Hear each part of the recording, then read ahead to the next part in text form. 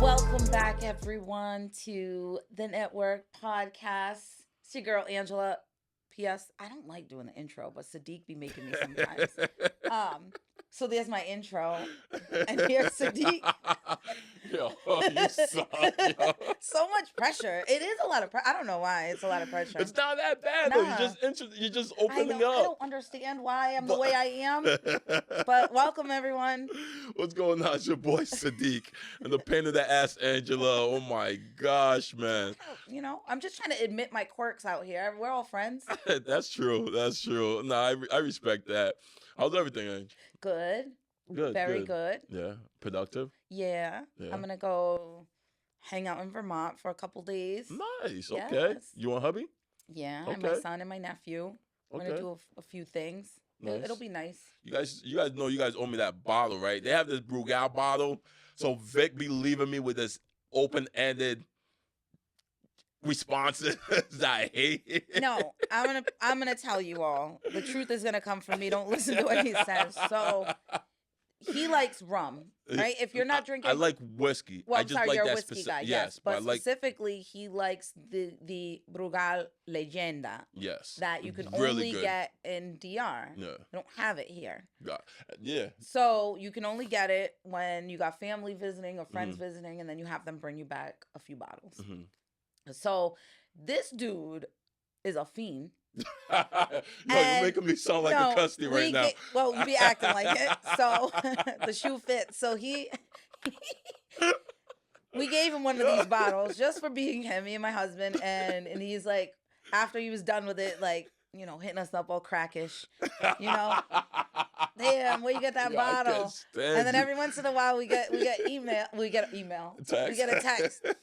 And he'll be looking for one of those bottles. Now, we haven't been to DR. Yeah. So we have to rely on family and stuff. And the thing is like, I think we had one bottle left there in our collection. You just give me a dumbass open-ended response. The thing is, this last you know what text. happened is that I think months ago, one of his cousins brought him a bottle, and it stayed in his truck. Uh-huh. So he had it it was like in a box or something. Yeah.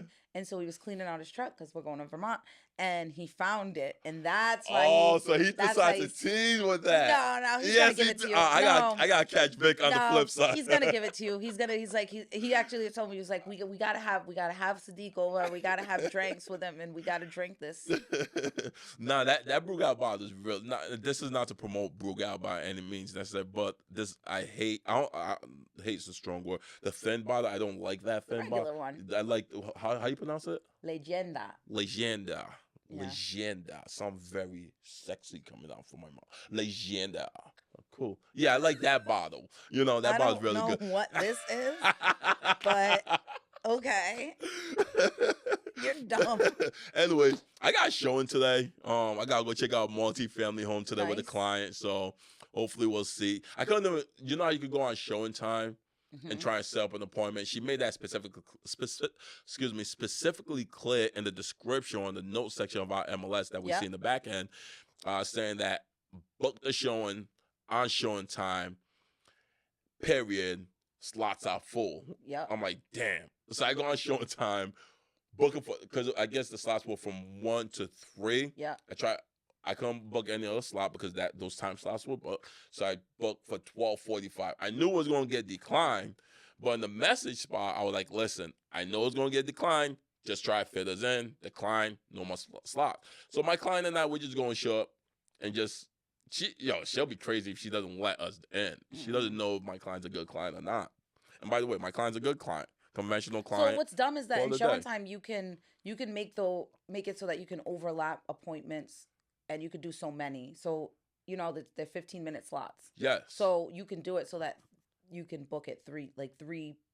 I couldn't book nothing. Yeah, they should have opened it up. That's dumb. Probably she didn't even know how to do it. No, but who knows? Also, while we're talking about MLS and people not reading showing instructions, I'm annoyed. Why? Because people don't, and agents, they don't be paying attention. Yo, these agents? No, the showing instructions are getting out of control. They're getting out of control. Listen, agents, fix it. Because Angela and Dominique are our 2 office managers. they are stressing us out because y'all agents are not doing what y'all supposed to No, do. I legit will get phone calls to the landline, Yeah. and I'm trying to set up a showing at whatever property, and I'm like, yeah, just reach out to the showing agent. Yeah. No, the instructions say like to call, and I'm like, yeah, the agent. Uh-huh. At one point, there was a lady. She was like, "Oh, I'm sorry, I'm new." She was like a transaction coordinator or Yeah. something. I was like, "Do me a favor, pull up your MLS." I didn't have time for this, but Yeah. I did it. I'm like, "Pull up your MLS. Tell me what you see." Turns out she wasn't even using MLS. She was using like her company's website. Okay. So it's only seeing that, our office has the listing. Gotcha. It's not showing It's the not actual giving her that showing full- instructions. Yeah. And so now you just wasted time because you're calling a landline to a busy office. Like, you're just lucky I happen to be there and answer it. Yeah. But and nobody's typically. We're always in and out. We're in Yeah. and out. And so just read the showing instructions. And Yeah. also, agents do better. Like, in that situation, like, Yeah. just be like, Be mindful. yeah. mindful. Especially a multi-family market Yeah. right now is Yeah. hot. Yeah. You're not going to have multiple people going. Yeah. And we're not hit. Listen, whether we are shitting on you guys or not, but it's just, I guess it's proper business etiquette. We all in the same industry. Everything is in MLS. And if it's not in the description, you can go under search, the search tab, or pull up agent. You can look up if the listing agent's name's right there within the description. Just look up the agent's name under the agent. That's also wild to me too. It's crazy when they're filling out purchase and sales agreements. Yeah. Like, you couldn't have clicked everything that's blue on MLS, guys. You could click. That's a hyperlink. You could click. So if you see like my name, and it'll you pull could up. click. That's another thing. It's gonna pull up. It's gonna pull up my your license number. It's gonna pull up my cell number. Yeah. So just your email address, everything that you need to know about that agent. That is very frustrating when a purchase and sales agreement, for instance, they put the office landline. I don't know if you people know, but the lenders use that. Hates it. No, it's true, because I used to do that. I used to be in the lending world too, but the lenders use that to reach out to you. They put it in the AMC when they're ordering an appraisal. So now you're gonna have an appraiser calling a landline rather than calling the cell phone of the agent. And I also find that a lot when it's a shared deal. So it's technically me and another agent at the office, but I'm really the one that's handling everything. Where I'm handling everything. So yeah, you could put the other agent's name on it, but it really should be my contact info, like my email, my phone number, because I'm gonna be the one showing up for the appraisal. I'm gonna be, whatever. So just pay attention. Yeah, the information's out there for a reason. Like, I agree. So hopefully you get in. Yeah. Now, listen, the agent will be crazy to not let us in. So hopefully we do get in. But on another note, moving forward, so one of the things I was curious about is, obviously we spoke about President Biden's housing program that he wants to launch when he does become president. And I was trying to find Trump's housing program at that same time when I was researching Biden's. I couldn't really find much because I guess he didn't release his yet. Plus, I believe he was going through a lot of trials. So one of the things I tried to do is, all right, what can I pull up in terms of information that will be provided online based on if Donald Trump was to be president, what type of impact will that have on the housing market? And I know a lot of people, they believe that when Trump was in office, the economy was different. A lot of people loved it, for one reason or another, So I did some quick research in terms of, I came upon an article on Yahoo Finance, and it was based on, if Trump wins the 2024 presidential election, how would that affect the housing market? And there was a few things that came up, but a few of the things that I took notes of is Donald Trump's administration. They were known for deregulatory stances, right, which aims to reduce the burden of regulations on businesses and consumers, right? And within that, underneath that, it states that it could lead to relaxed lending standards and potentially lower the cost of obtaining a mortgage.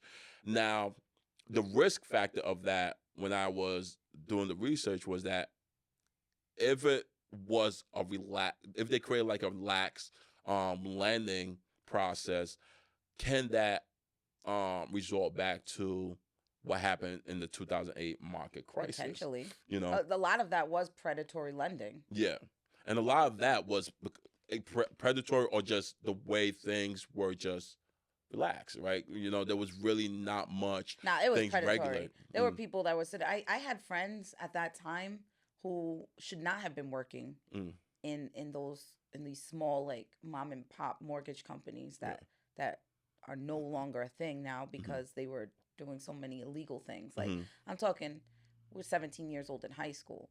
This person is, because they're bilingual, was having more conversations with clients than they should have had. They weren't just doing simple translation. They were legit being unlicensed loan officers. But a lot of it was they were sitting down specifically with the Hispanic community. Wow. And giving them, writing them mortgages at that time, $300,000, knowing that they couldn't afford it. And probably working at like McDonald's or something. Factory jobs at that time, yeah. And I heard a lot about things like that, you know, as well, that occurred back in 2008.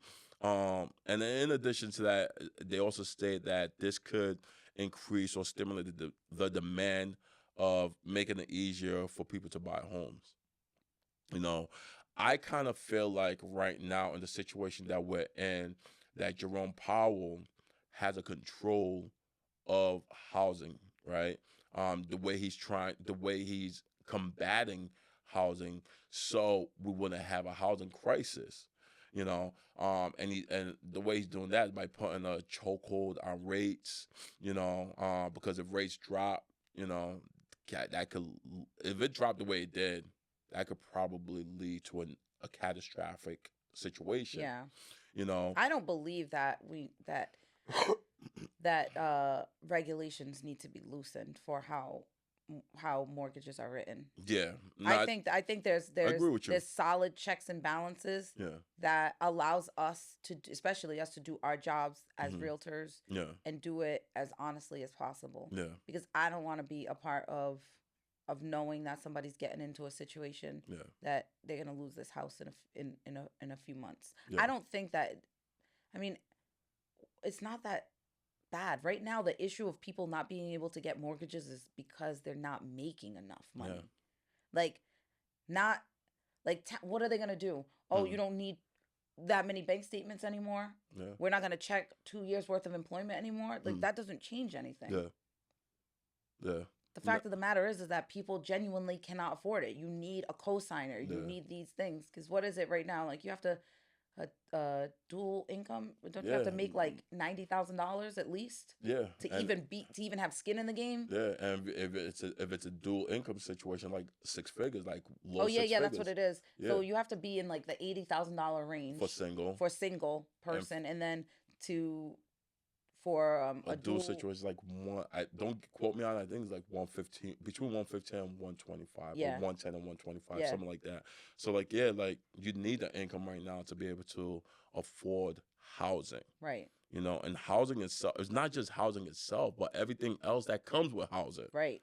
You know, food, maintenance, maintenance not just on the house, but maintenance on yourself and your kids. You know, there's all these factors. It's true, because let's just talk about that. There's not like a lot of free things. Like back in the day, like boys and girls clubs were pretty cheap. They were like $5 or $10 a month. I didn't go because I wasn't a boys and girls club kid, because I had a lot of older siblings, so I was a latchkey kid, so we just ran around in the neighborhood. Like, even at that time, the $10 a month, that would have been $20 a month, because me and my brother, and then pagers came out. Yeah. And then that would have been just, my mother wasn't trying to have those bills, so I only went to aged us. Right, I could only go to the Boys and Girls Club when I was like with my cousins. But there's not as many free things. Like sports are expensive. Like even the city ones, they're expensive. And then forget it, if your kid's talented and they're in AAU and or something like that, forget about it. Take out a second mortgage just for that alone. So there's not like a lot of resources and things to do free. So you're right. The day-to-day things are just freaking expensive. Yeah, I don't even know how people are surviving and still maintaining all these day-to-day things. Yeah. It's wild. We were talking about that last night with some of my friends because I got this one of my best friends. She's younger than me by like, I don't know, like 5 years, but she's a beast. Great job. Has owned multis. Continues to invest. And we were talking about like, because we got her single family last year, the year before. I don't even know. Time is turned into mush at this point. But we're saying like how blessed we feel that we made the decisions and we're able to make the decisions that we did a few years back. Like, so when I bought my house, luckily, I bought at a different time. And so my mortgage payment is relatively lower than some people's. I didn't buy at the top of this market. So I do feel blessed that I'm a little bit more comfortable. And I also only have one kid, so I saved myself some money there. Yeah, for those that have multiple kids. Yeah. Tough. Yeah. Another thing that was also that I read too was Trump's tax reform policy, which basically is under the Tax Cuts and Jobs Act, which is also abbreviated TCJA. And underneath that it states that tax cut can affect the real estate market through the deductions on interest on mortgages. Because I guess before the deductions was $1 million prior, and currently the deduction is on $750,000 in 2024. So I'm not sure in terms of in the negative way, is that if that's a good thing or a positive thing. So I think that's something that I'm intrigued to know and understand from a lending standpoint. If Trump was to become president, and under his TCJA Act, does that will it be a positive impact on tax deductions on the interest rates, right, on the mortgages? All I know is like, I don't know, I don't trust it. You don't trust it. You just don't trust Trump at all. I don't. I do not.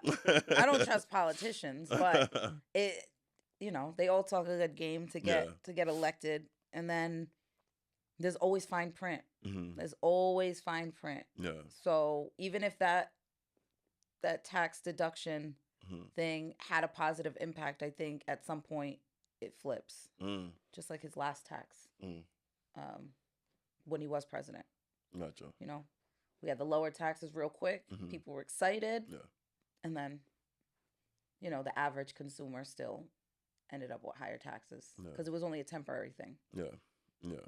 And also another thing, too, that I guess they were saying under this TCJA, it could also affect capital gains tax and anything that comes out of a benefit for a 1031 exchange. Those are in the investment side of things. Understand the 1031 exchange and stuff like that. So what is it? Did you know if they're trying to make that a little bit more streamlined, easier to do? And that would be nice. That would be nice, but they didn't really go deep into that aspect. They were just breaking down the points of it.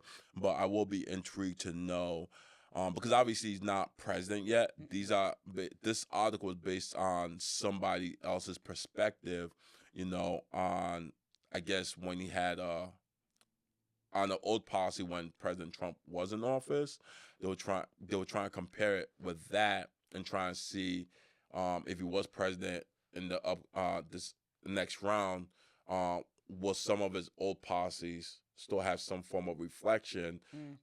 Anything new that he might want to do, and if so, if there are new policies, what those policies look like. So that's why we're just making this might be what Trump might do if he was president in 2024 election. I just don't trust any of these like new I don't in 2024 I just don't trust politicians. I just don't, because I think most of decisions that are made they got them and their friends in mind. And they have a nice way of making the average consumer, especially people that got a little bit more money, maybe they we can call them rich, not billionaire rich, but they got money, right?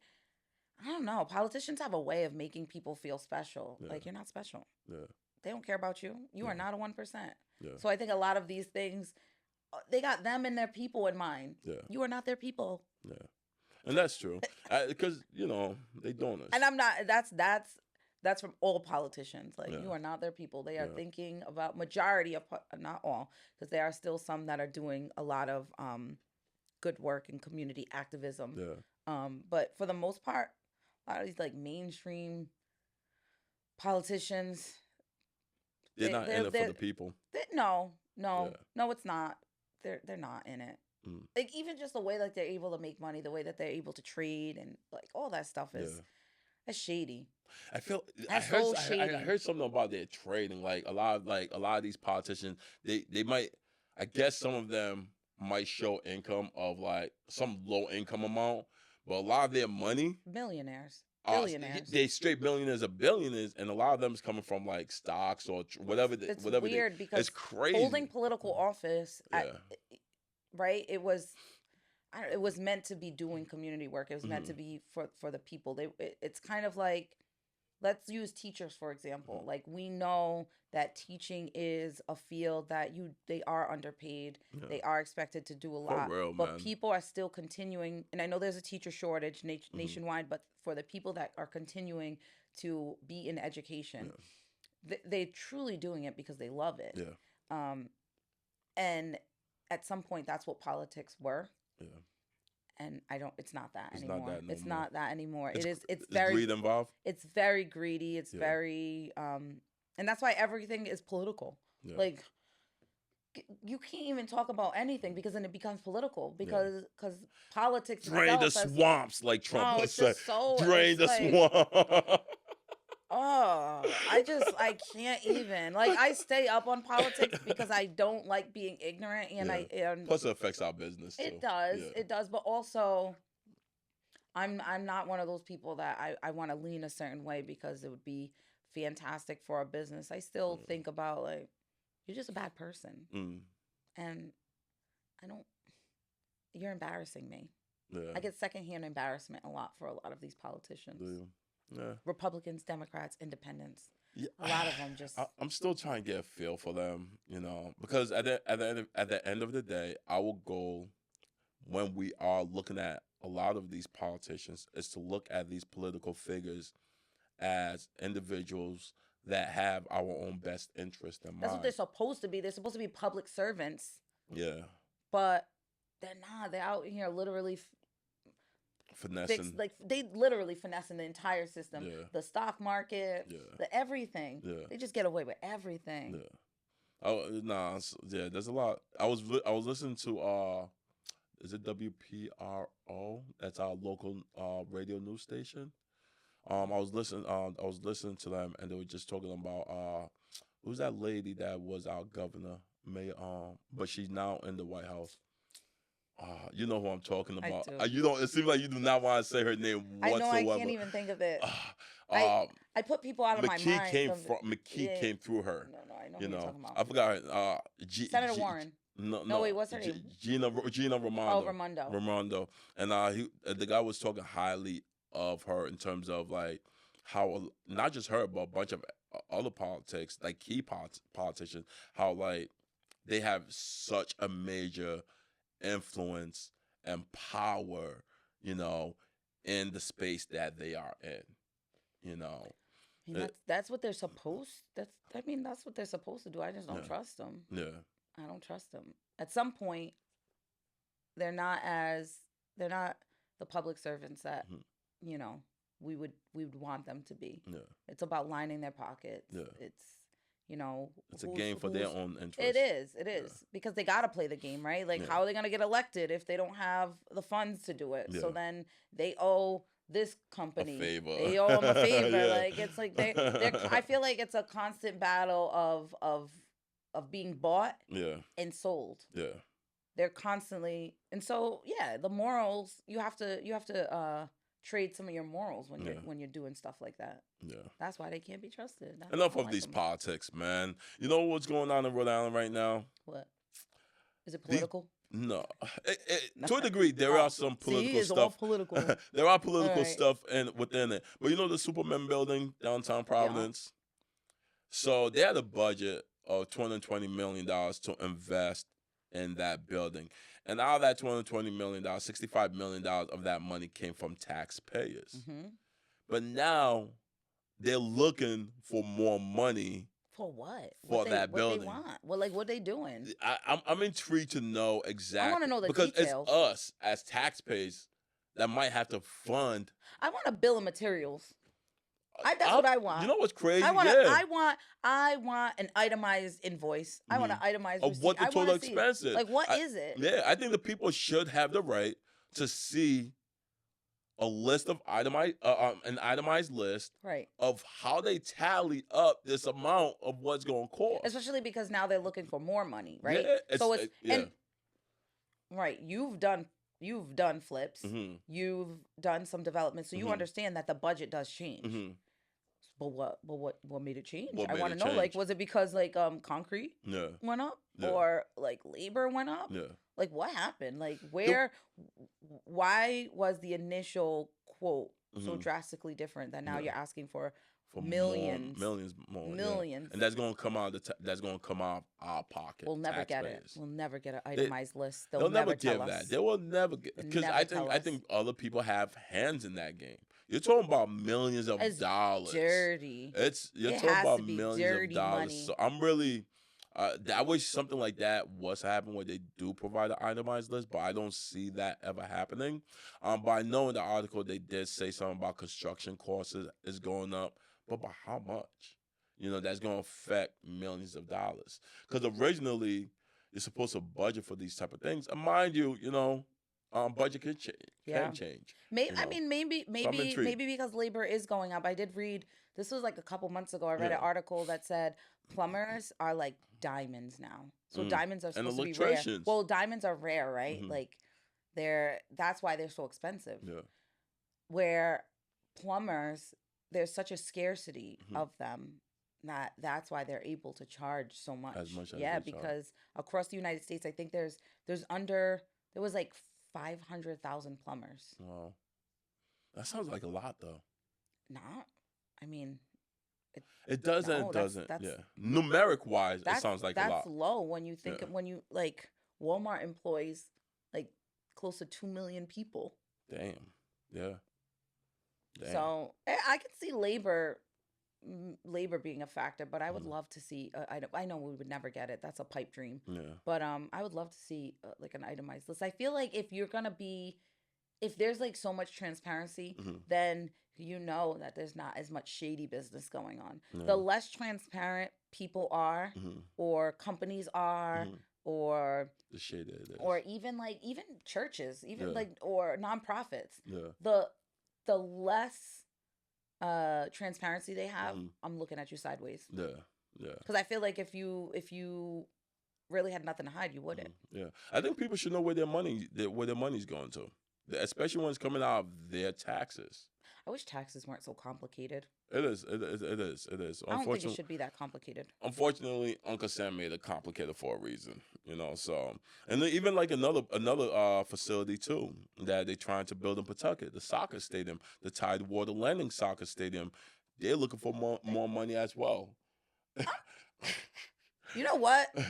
I'm tired of have rich the people bridge. asking for money. We have the bridge that needs to get fixed. Sure does. That bridge is probably going to need more money, Mhm. right? Superman building. Now you're talking about the Tidewater Landing Soccer Stadium needs more money. Mhm. Like, where are we getting? We're already in debt in the state of Rhode Island. Where we going to find this money? The people. The people's going to cough it up. I'm annoyed. Like I don't like it. I just feel like it's constant money being used. There's certain things we need the money for, right? Mhm. And there's certain things that money shouldn't go towards, I believe. I think we have other important things out there that the funds could be utilized. Let's find a way to combat homelessness. Let's find a way to provide ways for or things for a lot of these kids to do activity wise versus being on the street. There should be ways that the money could be used to benefit the people. I think the Superman building, I think they were saying that a certain amount of millions came from like the COVID relief fund, Mm-hmm. and another certain amount of money, millions came from another Probably federal program. something, you know. So it's like, all right, so you have these money coming towards you. So all right, now why do you need more? Why do the average taxpayer individuals have to come out of pocket to pay more or to ditch out more so you could be able to get the things that you need to get done? I would, you know what? I'd be interested to see what like an East Providence politician stance is on it, because when they built their high school, Hmm. um, Beautiful high school, oh, EP so High School. good. That's a really good Oh, looking that it's school. like it's we almost can't even call it's a campus at this Yeah, point. that's It's a so really nice beautiful. high school. But when they got a lot of federal funds from Hmm. that, so the taxpayers in East Providence didn't absorb a lot of those costs. All right. It was like pennies on the dollar. Wow. So there was an increase in taxes, but it Mhm. wasn't like a crazy amount. Mm. It was very minimal because they a lot of those funds came from For federal federal funding, funds. and I think that makes sense, you know, because you're not putting a lot of the burden on the people. Yeah. That's why I would like to see an East Providence or even an East Providence residents Mm-hmm. perspective on it. Because if I'm wrong about Mm-hmm. that. But at least that's the way it had been explained to Yeah, me from a real estate perspective. I'm gotcha. like, oh, what are the taxes like? And when I compared before the high school was built to after, it Mm-hmm. wasn't like a crazy increase. Yeah. But I would love to hear what somebody that has done that work or been on that side Mm. thinks of this, because how do you put less burden on taxpayers? Yeah. We need to. We don't like paying taxes. Yeah. Nobody That's does. why when I go up to Vermont, I always I go to New Hampshire and get all my groceries and Yeah. stuff because I don't pay the taxes. That's very nice. No, I that is saved nice. Save. thousands when we were renovating that house, Wow. buying going to the Home Depot in New Hampshire. Wow. Just on the flip side of things, talking about taxes and savings and stuff like that, it's crazy because in the U.S., when you own property, you pay taxes, you pay all these. In other countries, you know, you own your property, you own your property. Yeah, but sometimes it's shady too. But you own your property, you own your property. Yeah. Point blank. Well, Period. they'll so if we use Dominican Republic for Mhm. an example, Mhm.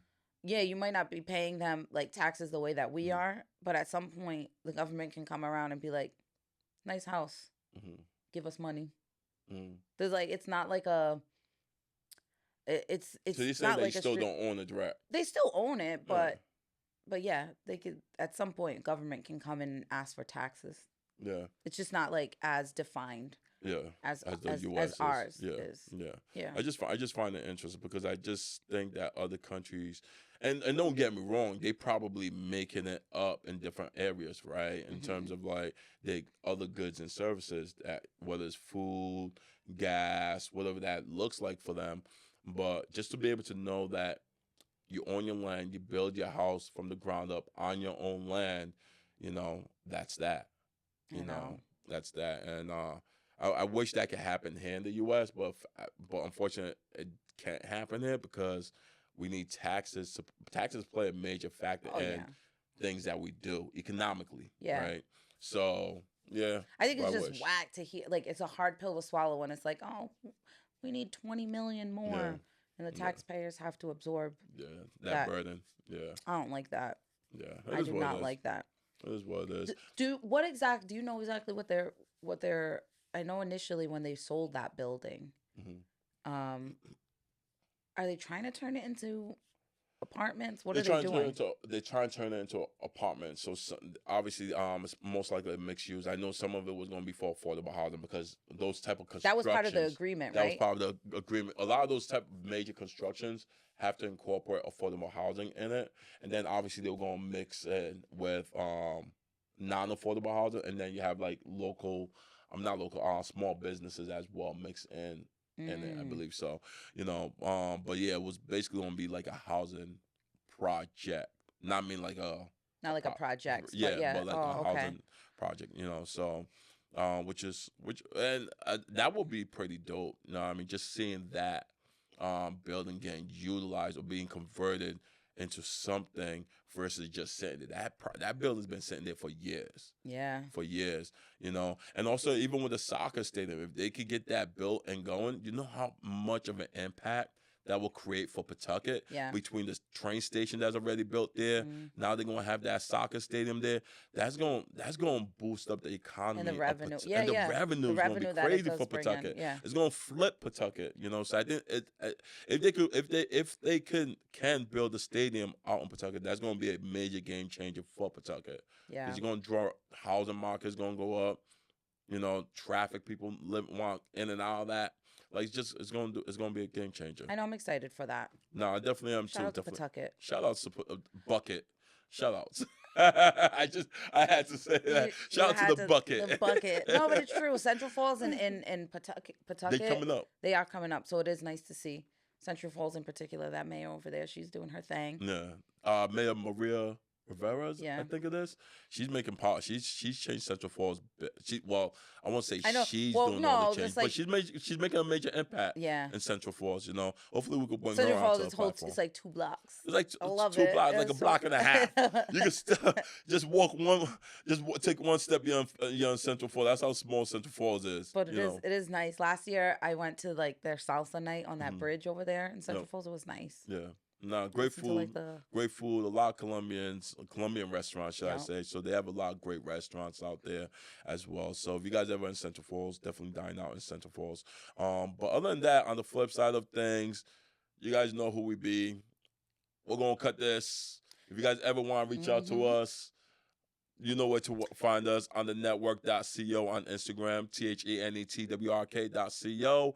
And your boy Sadiq. You can find me, DM me if you guys have any questions, concern, and you can also reach out to... Yeah, tell us what you think about these potential tax implications. Yes, definitely let us know. And tell us about what you think about this presidential election, too.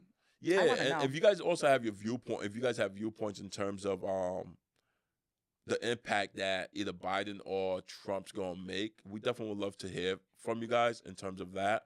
But yeah. Peace. Until next time, be good.